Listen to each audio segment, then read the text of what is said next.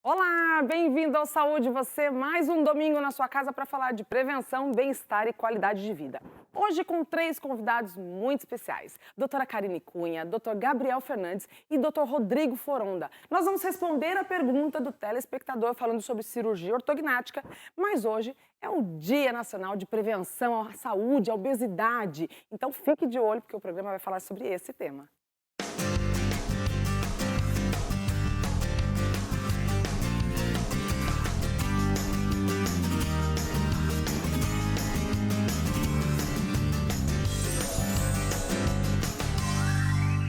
E para começar o programa, nós vamos responder a pergunta de pais que querem saber sobre cirurgia ortognática em seus filhos.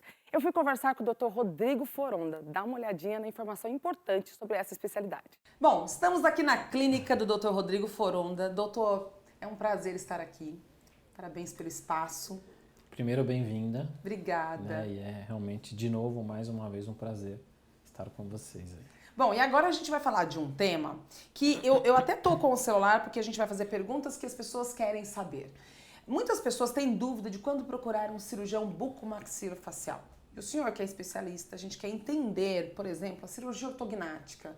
Quando que a pessoa procura um cirurgião bucomaxilo para falar de cirurgia ortognática? O que é essa cirurgia? Bom, primeiramente, o paciente ele não conhece esse termo, cirurgia ortognática. Né?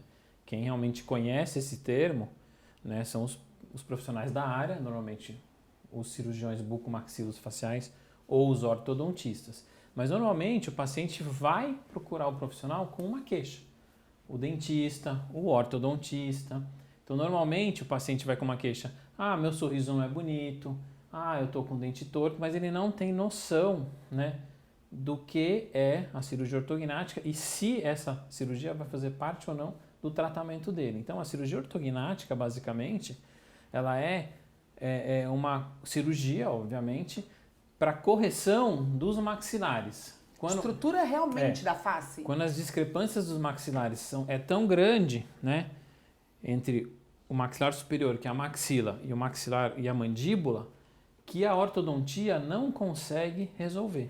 Então, normalmente, esse paciente ele tem queixas funcionais, principalmente na mastigação e na respiração, que são muito deficientes, e também ele tem queixas muitas vezes estéticas, mas ele não sabe a quem procurar, porque justamente ele nem sabe direito o que está acontecendo com ele.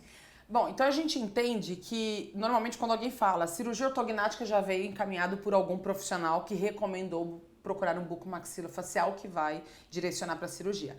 Agora, acontece da pessoa muitas vezes, quando vem para cá, você perceber que ela está muito mais incomodada com a aparência, porque esteticamente muda, a pessoa renasce. Eu acompanhei vários casos do senhor, fiquei impressionada do quanto deve mexer com a autoestima.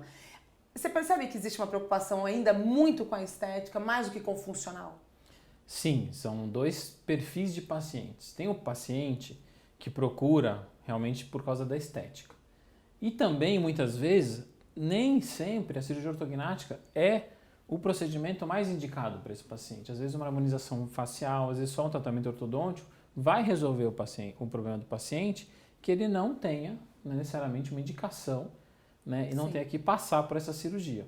Mas aí ele tem que vir num bucomaxilo para direcionar se é cirúrgico ou não, né? Porque muitas vezes como eu faço muitos pacientes com dor na face, dor orofacial, esses pacientes normalmente têm dores nessa articulação, né, que liga a mandíbula ao crânio. Tem gente que estala isso. Que chama ATM, e muitas vezes uma das etapas do tratamento da disfunção é a cirurgia ortognática, porque essas discrepâncias dos maxilares podem levar a essas dores de cabeça, estalos na articulação. E qual que é a sequência de um tratamento?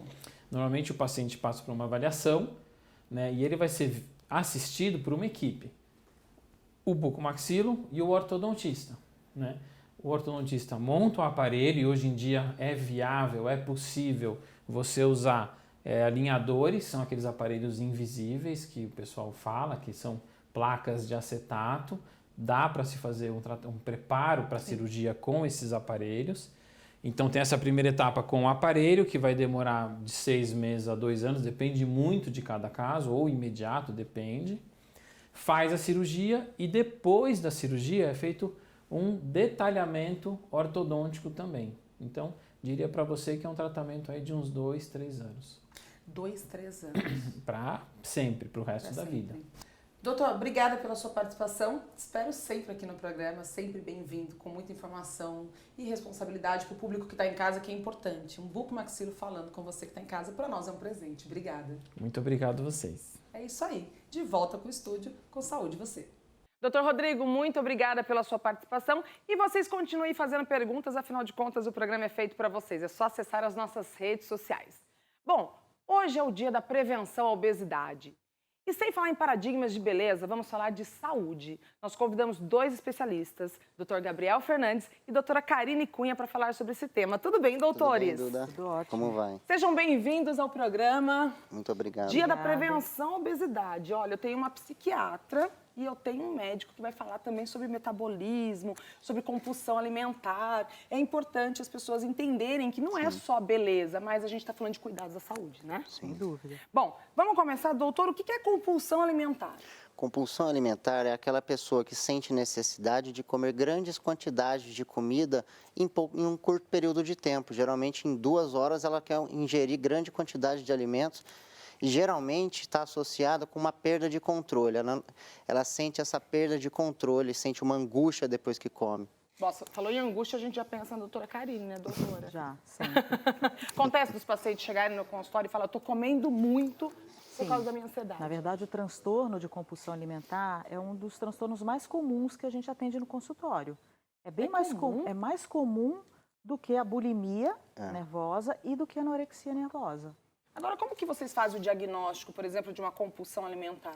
Geralmente, é a pessoa tendo esses episódios 2 vezes por semana, num período mínimo de 6 meses. A pessoa... 2 vezes por semana. Ela teve uma crise, quer comer tudo que tem na geladeira, tem que observar. A cada 2 horas. Ela sente essa necessidade de comer muito a cada 2 horas.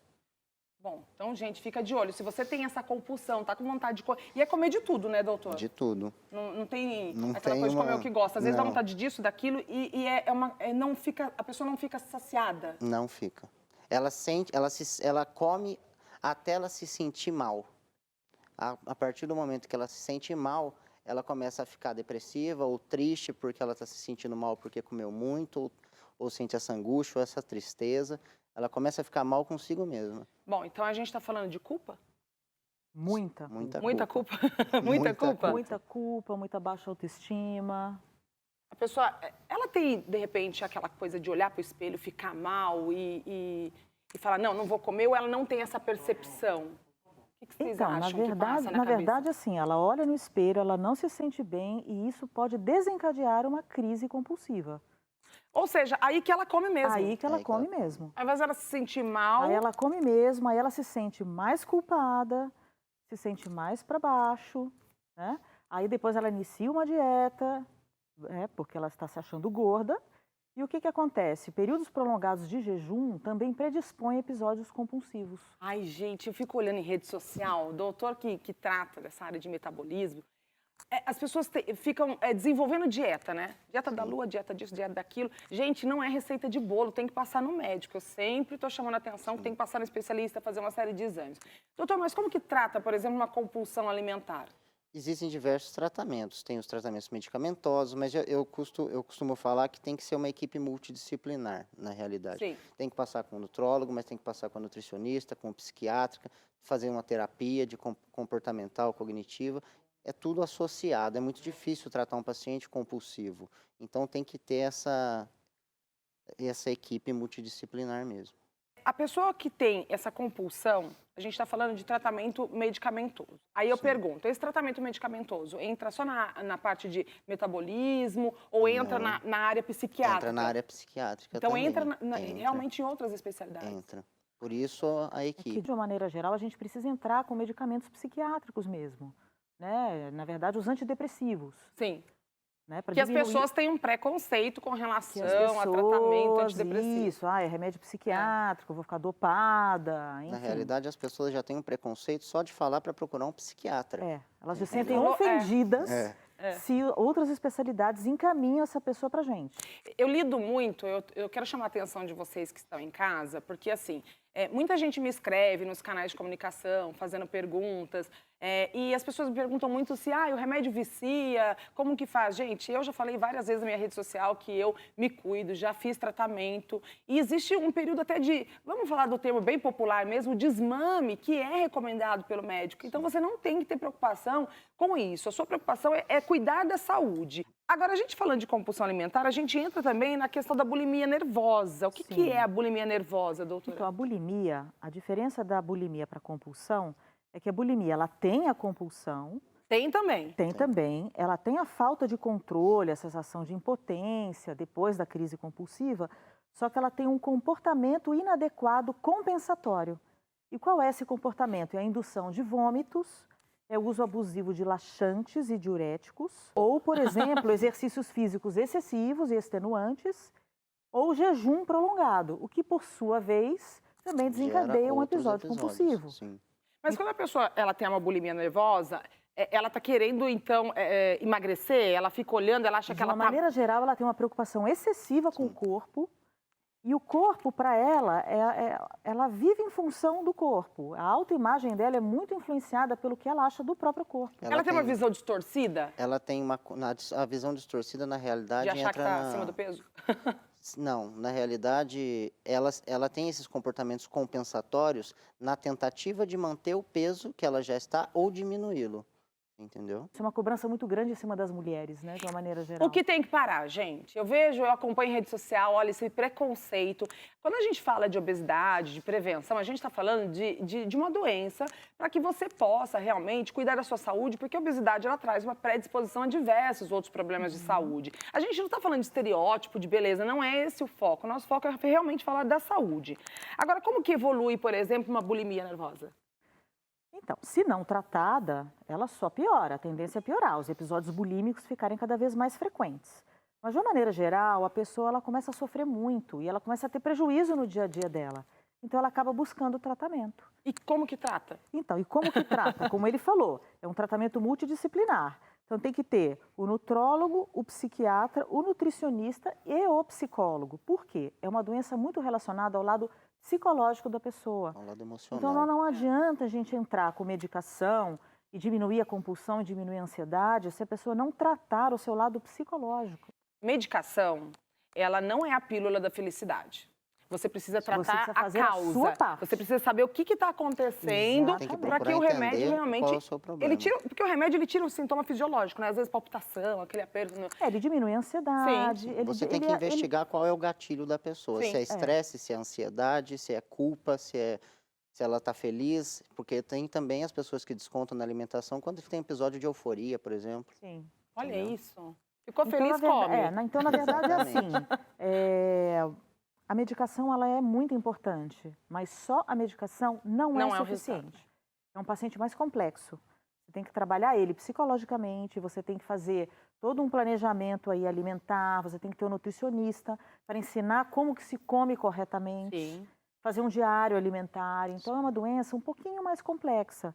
Mas se tratada, ela 50% a 70% dos casos se resolve bem. Bom, então a gente está falando de algo que tem tratamento. Hoje nós estamos falando aí do Dia da Prevenção à Obesidade. Então, se você tem mais dúvidas, entre no nosso portal, acesse nosso canal no YouTube. Tem muita informação de diversos especialistas. Cuidado quando você vai fazer pesquisa sobre saúde em sites de pesquisa. Gente, aqui no programa a gente fala com especialistas. Você tem que ter informação de médico. Hoje a telemedicina também veio para ajudar. Tem dúvida? Procure um especialista, faça uma consulta via telemedicina. Se você, de repente, está no grupo de risco, ainda não pode sair de casa. Tem que se preocupar com a saúde, mas sem estereótipos. Vamos quebrar esse paradigma que mulher bonita tem que estar magra. Não, mulher bonita, homens bonitos têm que ser saudáveis. A beleza vem de dentro para fora. Doutores, obrigada pela participação de vocês. Foi um prazer recebê-los no programa e voltem mais vezes. Com certeza. E vocês continuem acompanhando a Saúde Você também nas nossas redes sociais e no nosso canal do YouTube. Eu espero vocês no próximo domingo.